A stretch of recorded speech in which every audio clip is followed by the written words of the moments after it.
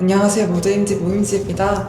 오늘 소개해드릴 책은 서머싯 mom이라는 아주 위대하신 작가님의 인생의 베일이라는 아주 위대한 책인데요. 책은요, 시작부터 이 키티라는 아리따운 얼굴의 여성이 40살 정도 되는 남자하고 불륜을 하다가 딱 걸리는 걸로 시작을 해요.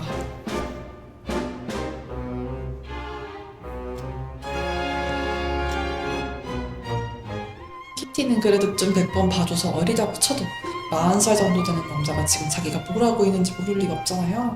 근데 사실 그 남자는요, 자기 자신만 사랑하는 사람이고, 그래서 자신의 성공이 가장 중요한 사람이고, 그렇기 때문에 내 옆에 뒀을 때 나를 가장 빛나게 해주는 나의 아내, 집안 좋고 그 우아한 아내를 절대로 버릴 수가 없어요. 하지만 어린 키티의 눈에는 그런 게 잘 안 보이죠.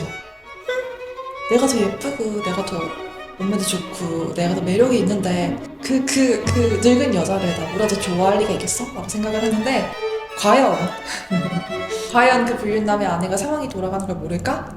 그 사람도 나이를 먹을 대로 먹었는데, 그쵸? 그 아내분도 내 남편이 어린 여자랑 놀아나는 거 알고 있죠? 그래도 무조건 내 남편이 끝내 선택하는 곳은 내 옆자리라는 거. 그거를 이미 뻔히 다 알고 있는 어떤 그런, 뭐라 해야 될까, 쾌감이 있을 수 있겠죠. 하지만 우리 키티양은 그런 뭐라 해야 될까 어른들의 세계 그런 이해관계로 살아가는 사람들이 있다는 거를 알지를 못하고 그리고 사실 진짜 안다고 해도 그게 잘 와닿지는 않겠죠. 불륜이 들키고 나니까 상황이 귀찮아지는 걸 원치 않은 불륜남한테 키티는 바로 차이고요. 차이고 나서야 내가 속았구나, 내가 이런 거를 잘 이해하지 못해가지고 속았구나 라고 머리로는 이해를 하는데 가슴으로는 그 남자를 잊는데 좀 시간이 많이 걸려요. 이 책이 시작부터 주인공이 불륜녀다라고 전제를 깔고 시작을 하잖아요. 이런 경우에는 정말 그 주인공이 정말 꼴도 보기 싫고 읽기 싫고 이런 경우가 있는가 하면 그래 너 한번 어떻게 살아가는 내가 한번 보자 이렇게 하게 되는 경우가 있다는 말이죠. 이 책 같은 경우에는 명백하게 두 번째였는데 어떻게 그런 책이 될 수 있나 제가 한번 생각을 해봤어요. 이 여자애가 살아온 행적을 보면 좀 알 수 있는 것 같은데 이 여자애가 사교계에 굉장히 어린 나이에 들어가요. 얼굴이 예쁘니까 얼른 돈 많고 잘생긴 남자를 꼬셔서 결혼을 해야지라는 마음가짐으로 입성을 하는데 몇 년 동안 다 놓치고 혼자 노처녀가 됩니다. 근데 얘가 머리만 굴리다가 자기 꾀에 넘어간 거면은 또 모르겠어요. 근데 그게 아니라 사람들하고 이렇게 웃고 수다 떨고 이런 거 그냥 진심으로 잘 즐기다가 간 거예요, 시간이. 그래서 이제 나도 빨리 결혼을 해야겠다고 벽에 붙잡은 남자가 과학자예요. 저는 이제 다양한 직업군 만나는 거를 되게 좋아하거든요. 그리고 양자역학에 20대 중반에 심취했던 적이 있는데 관련된 모임도 아무래도 좀 이과 쪽 사람들이 많은 자리였단 말이에요. 거기서 느낀 거는 이런 사람들은 보통 사교, 친목을 위한 대화에 굉장히 좀 서툴고 저의 그런 것의 필요성을 잘 인지하지 못하시는 분들이 있구나. 키티 남편도 크게 다르지 않아서 고백도 좀 이상하게 한 거예요. 별로 멋지지 않게. 근데 키티는 나름 감동받아. 이런 고백도 있다고? 나쁘지 않은데? 키티가 말로는 나 계산적이야? 나 속물이야? 나 사람을 알아? 라고 하는데 아니야. 정말 그런 여자들은 그렇게 살지 않죠. 정말 그런 여자들은 사교계에 노처녀로 남지도 않고요. 그런 남자의 고백에 감동을 받지도 않아요. 키티가 나이가 어려서인지 몰라도 아직 내가 생각하는 나하고 진짜 나 사이의 괴리가 많이 크고 그리고 이 작가님이 그거를 너무나 우아하고 세련되게 보여주는 거예요. 그러다 보니까 이제 이 친구가 많이 좀 약간 문제점이 있는 여자임에도 불구하고 계속 읽게 되는 거죠. 남편은요, 이혼 소송을 밟는 대신에 내 아내가 불륜남하고 완전히 멀어지도록 중국 오지로 콜레라를 연구하러 같이 떠나게 됩니다. 이 책은요, 결말을 먼저 말씀드리는 게 좋을 것 같다고 생각을 했어요. 그 스포일러를 알아도 크게 이 책을 즐기는데 크게 무리가 없을 거라 생각을 했고, 오히려 이 영상을 더 좋게 만들 거라 생각을 했거든요. 남편이 콜레라에 걸려서 죽어요. 근데 자살인 것 같아요. 그러니까 충분히 피할 수 있는 상황인데 피하지 않았다는 거죠.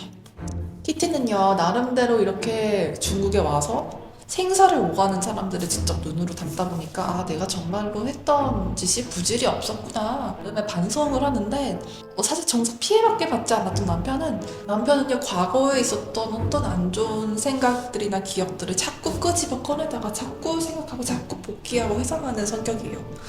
그러다 보니까 아내에 대한 배신감, 분노, 그리고 여전히 남아있는 사랑 이것들을 어떻게 본인이 삼키고 소화해야 되는지 몰라서 몇 달을 계속 고민하다가 결국에는 주는 거를 선택했다라는 맥락의 얘기가 나와요. 남편이 연구원이니까 따라가는 거잖아요. 그러니까 남편이 더 이상 없어서 집으로 다시 돌아온 키티는 제외한 불륜남과 또다시 육체적인 관계를 맺게 됩니다. 키티가 밉지 않은 여자라고 했잖아요. 키티가 밉지 않은 여자인 거는 정말 키티가 반성하고 성찰하고 한 번 했었던 실수를 다시는 반복하지 않는 그런 여자가 아니라 내가 어리석고 경박하고 천박하다고 해서 날 비난하는 건 공평하지 않아요. 난 그렇게 자랐어요. 반대예요. 키티는 그런 거 할 줄 몰라요. 애가 머리가 나쁜데 그거를 인정할 줄 알아요. 나는 절대 남편 같은 지적인 사람이 아니고 그래서 남편을 사실 진심으로 사랑한 적이 없고 그래서 남편의 죽음에도 별로 슬프지 않았고 하지만 왜 바깥에서는 그런 게 잘 안 보이잖아요. 다시 살던 동네로 돌아오니까 사람들이 대단하다 높게 자란 여자이기만 한 줄 알았는데 남편 따라서 그렇게 콜레라 환자들도 막 구하러 가고 너무 대단하다 몰랐다 그렇게 멋있는 사람인지. 근데 키티를 조금이라도 가까이서 알고 지내는 사람들은 알죠. 키티는 절대 그런 사람이 아니에요. 그러니까 아시안 아픈 사람들을 이방인으로 보고 백인 수녀들은 인격을 가진 생명체로 보고 그런 어떤 아시안을 엑스트라로 보는 시선에서 키티가 크게 벗어나지를 못해요. 근데 한편으로는 그게 너무 키티다운 거예요. 사실 그렇게 생각이 깊지 않은 백인 여자가 아무리 중국 오지에 간다고 해도 원래 그 사람이 볼 수 있는 어떤 깊이는 원래 그 정도밖에 없을 거고 만약에 정말 키티가 중국에 가가지고 정말 무슨 인종 간의 경계를 허무는 무슨 간디 같은 막 위인이들? 저는 그랬으면 이 책이 별로였을 거예요. 그렇게 막 인상 깊지 않았었을 거예요. 키티가요 임신을 해요. 근데 아이 아빠가 누군지도 몰라요. 근데 키티가 생각을 해요. 아 나는 이런 여자야. 어쩔 수가 없어. 나는 남자를 좋아하고 남자하고 잠자리 가시는 거 좋아하고 유혹에 약하고 멍청하고 근데 내 아이는 내 딸은 그렇게 키우지 않을 거야. 내 딸은 나랑 완전 다르게 독립적이고 주체적이고 당당하고 멋진 여자로 키울 거야. 이렇게 다짐을 하면서 책이 끝나요. 사실 모르죠. 키티가 정말로 자신의 딸은 자신과 다른 여자로 키워낼지 아니면은 역사는 반복될지 그거는 모르는 일이죠. 근데 키티라는 이 사람에 대한 호불호를 떠나서 정말 키티가 어떻게 자신의 아이를 키우게 될지 그게 너무 궁금해지잖아요. 그리고 그렇게 스토리텔링을 한 작가님께서 너무 대단하다는 그런 생각이 들었어요. 감탄할 수밖에 없는 그런 멋있는 책이었습니다. 여기까지 들어주셔서 감사하고요. 밥 맛있게 드세요.